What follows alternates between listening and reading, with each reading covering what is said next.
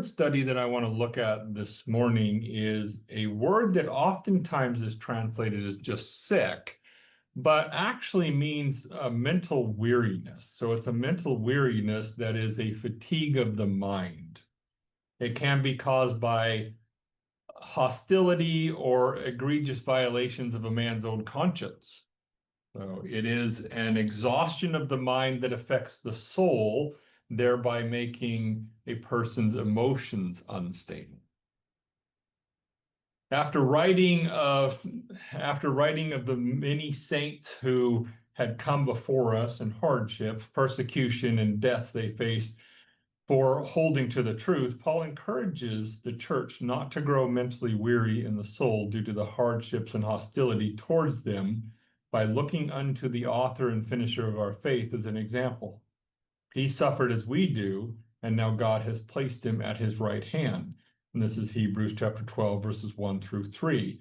Consequently, we also, having such a great crowd of witnesses surrounding us, let us lay aside every weight and easily ensnaring sin, through patience running the course set before us, fixing our eyes upon the author and finisher of our faith, Jesus, who, against the joy set before him, endured the cross, disregarding concerning shame, by sitting down at the right hand of the throne of God.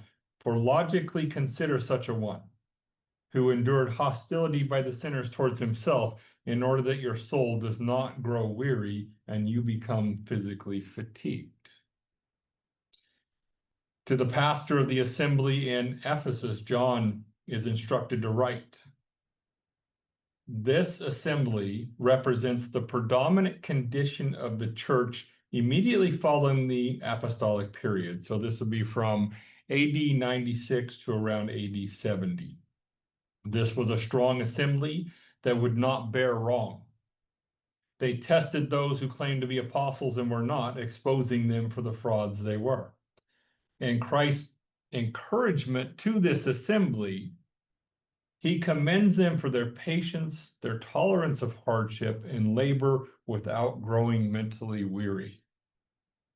Revelation chapter 2 and verse 3, I know your works and your hard labor and your patience, and that you do not have the inherent ability to tolerate wrong, and have tested those saying they are apostles and are not, and have found them liars. And you have patience and tolerance for the sake of my name, and have not grown mentally weary. James wrote concerning the vow of the mentally ill in James chapter 5 and verse 15. This refers to a person who is mentally weary due to a violation of their conscience by a wrong that was committed that is affecting another person.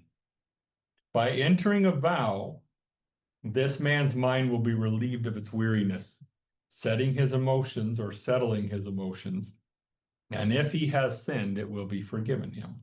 So it's not necessarily a sin that it's talking about, but it is something that you did that is bothering you, or the conscience issue. And that is what James chapter 5 and verse 15 is talking about when it uses the word sick. But our translations do not distinguish between the two words. In James chapter 5 and verse 14 is physical sickness, and 15 is mental weariness, mental illness. And the vow of the faith will save the mentally sick. You know, of course, by mentally sick, I'm referring to somebody who is weary in their mind, and their mind is troubled. That's what we're talking about, sick there. And the Lord will raise him up, and if he has committed a sin, it will be forgiven him.